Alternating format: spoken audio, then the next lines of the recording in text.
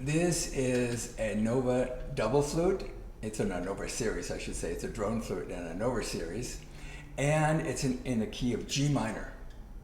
It's made out of poplar. And poplar is a beautiful wood. It's really interesting. It has the wood itself has a variation in color.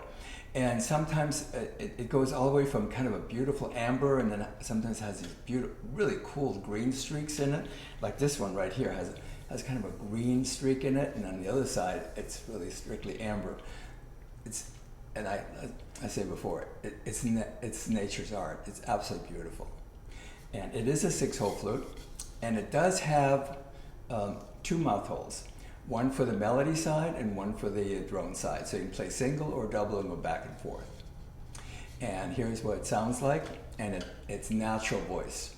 We don't use any enhancements, sound enhancements or reverb or anything else. Just exactly what it's supposed to sound like. I'll play single and then double.